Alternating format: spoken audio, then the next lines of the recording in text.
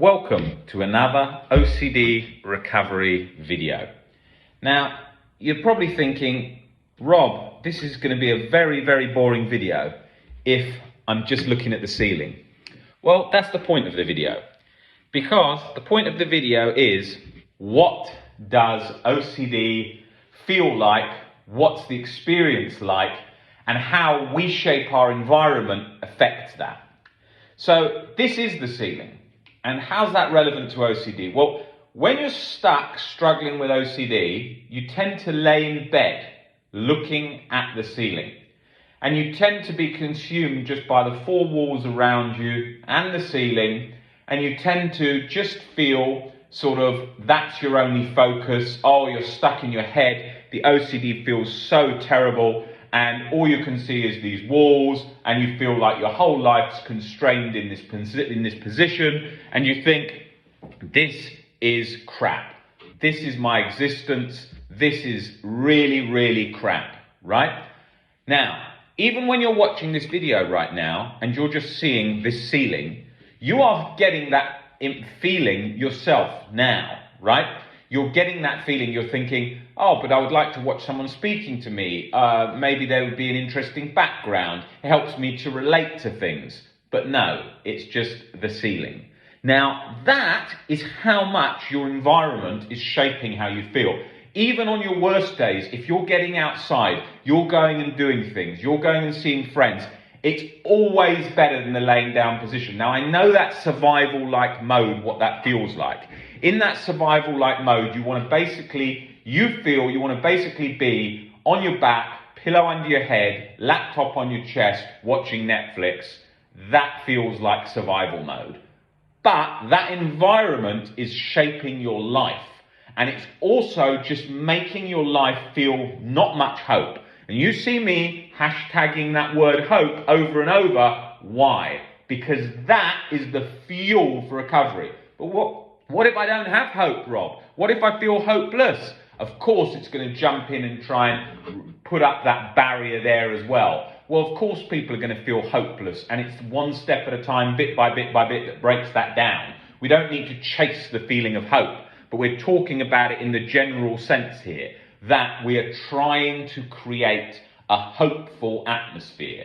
And looking at the ceiling certainly ain't going to do that. So now that we've sort of conjured up what OCD feels like, it's important to remember, wherever you are in the journey, where you've come from and what that's like. So take me, for example, now. No chronic anxiety, no chronic guilt. Can't tell the difference between if I have OCD or not.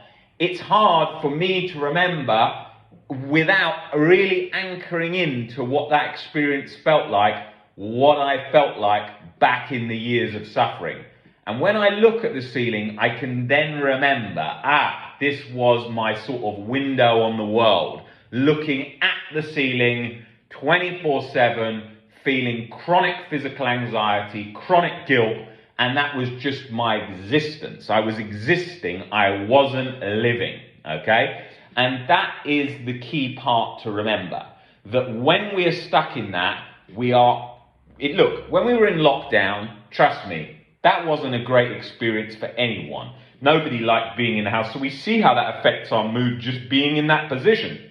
So with OCD, voluntarily putting ourselves in that position time and time again, it's gonna make us feel hopeless. It's gonna not give us those sort of the general feelings we get from life through connecting with others, eating food out, exercising, all these great doses of being alive that are missing when we're just sitting there staring at the ceiling.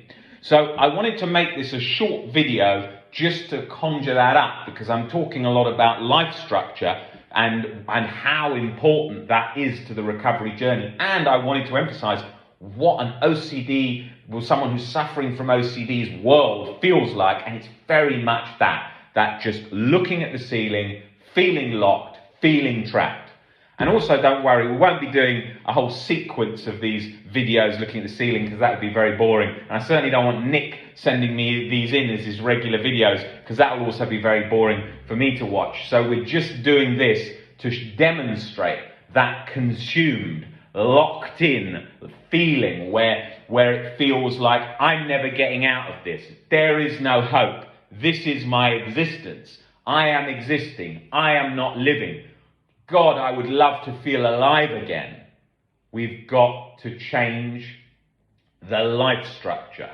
That is absolutely key. And why I come from this angle of a big life transformation. It doesn't mean you have to change all your goals or anything like that, but we've got to make those transformations in our life structure. Not sitting on the phone all day scrolling. That doesn't mean avoiding the phone. It means just not doing it all day. We're getting out, seeing friends, eating healthy, working out, goals for life, goals for career, getting involved, bringing anxiety for the ride.